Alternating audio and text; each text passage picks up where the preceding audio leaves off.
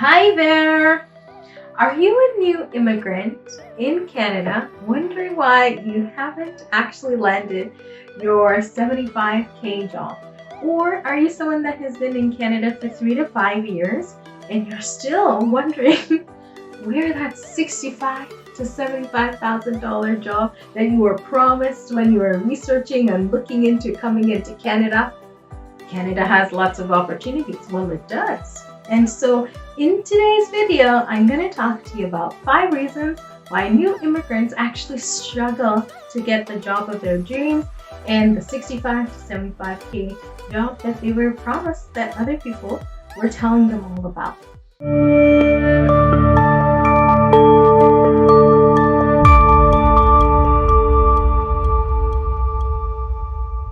Hi there, my name is Katrina. I'm an Agile coach and passionate about helping new immigrants actually transition into Scrum Master roles easily and effortlessly.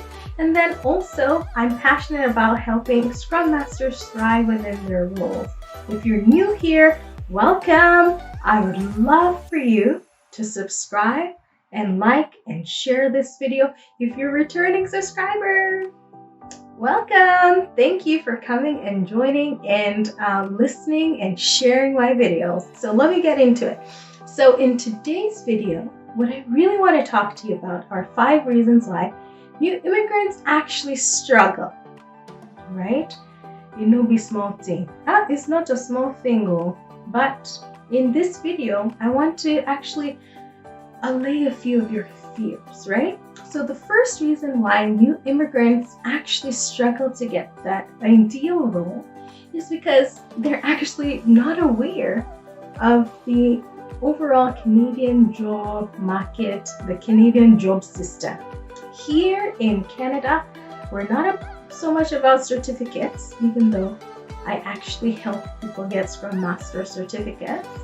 The focus here in Canada for employers is they want to make sure that the employees that actually come into the working environment are accountable, that they have really great communication skills. That means verbal, non-verbal, and then also within their communication, written, oral, and written communication skills.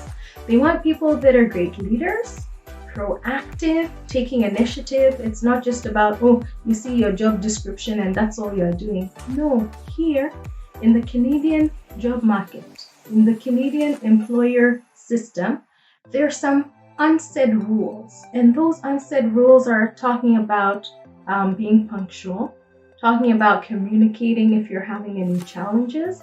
And then one of the key things that I want you to consider is feedback.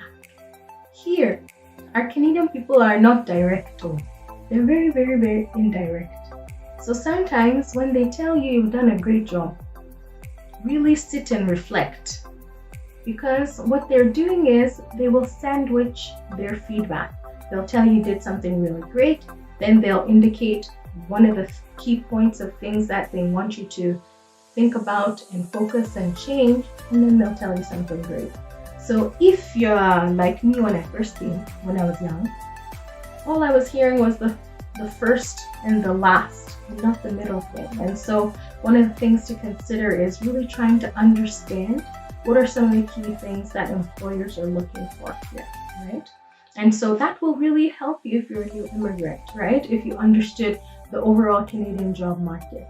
So I want you, if you want to find out a little bit more, I have a guide. It's a guide to getting your 75K role, right? So where is that guide? It's in the description box, right? So just check the description box, sign up, we'll send it to you. And it will help you. It will really help you understand why you haven't gotten that 75K job yet, okay? The second thing is that the challenge that new immigrants have is that they say, oh, employers are saying that I don't have Canadian experience, okay? I'm either I overstudied and have lots of degrees, or they're also saying that you haven't actually worked in Canada, and so we can't kind of trust if you will be successful here. So how can you combat that? really trying to research and understand what exactly do they mean by Canadian experience. Yeah. I'll tell you a secret. Some of the key points I talked about in point 1 tie into that Canadian experience factor, right? So it's about how can you articulate how you've been responsible, accountable, taken initiative in the past, and how you've actually accomplished a lot of things in your role. And that actually ties into point 3 that I'm going to talk about. The third point has to do with sometimes new immigrants have resumes that are not revamped and showing their true value and their transferable skills to the employers. So that makes the employers think they don't have Canadian experience. And so the third point is the main third reason why new immigrants actually struggle to get the roles is because they don't have a CV or resume that is actually formatted to the Canadian way. With a resume, they only look at it for 7 seconds. Yes, I know it took you 2 hours to do, but they're only looking at it for 7 seconds and looking at the top half of the resume. So that means that you want to try and put in the key information that is going to be relevant, that will make your resume pop out to them, right? And so I have something to help you with that problem, and that's a resume revamp guide. And that's also in the description box. And give you some tips for free that people pay for. Give you some great tips that can actually help you revamp your resume so that you won't have that problem. Yeah. And then the fourth reason why new immigrants kind of struggle to get the ideal role that they're looking for, this one kind of is tied to professional certifications, professional degrees and all of that. For example, medicine, medical doctors, pharmacy. You know, in Canada, there are certain roles, engineering, that are highly regulated.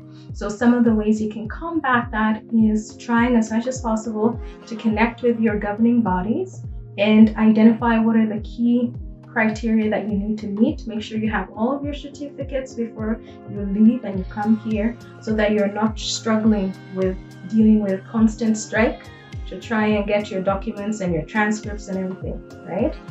And then the other thing is try and save enough money so that you can actually take the exams on time so that you're able to show that, hey, I do have this experience and I am qualified to work, right?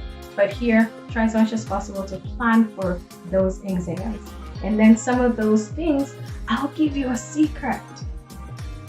Here in Canada, there's a shortage of doctors, and one of the biggest secrets is if you're deciding you want to go to a very big province like Ontario, where there's a lot of competition and it's going to take you forever to get, your exams and qualified and stuff, why not consider going to the smaller provinces or towns, like a small town doctor? There's a need for small town doctors, emergency doctors, right? These are things people don't tell you, right? I know this is about Agile Scrum, but I just want to also help our doctors so that they know their process. And then the other thing is for some of those roles, you want to try as much as possible maybe to do apprenticeship or do internships as needed, right? So try as much as possible to know the cycles of when the exams are, and then try and identify some places where it's not going to be so competitive for you to go so that you don't have to struggle 5 years to get started, to get your degrees recognized. And then the fifth point is, the fifth reason why a lot of people struggle is because they're like, I'm going to do it by myself. I'm going to do it by myself. Or they might be listening to people, and the people they're listening to, they might have the right information, they might not.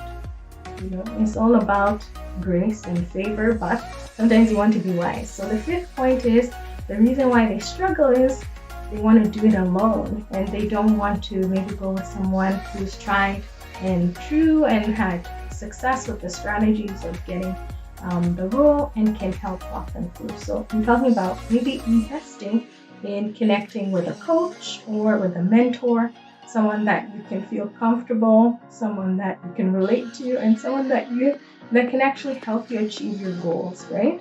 So those are the main reasons why new immigrants might struggle, right? So I know that this might have been a little bit of a heavy video, right?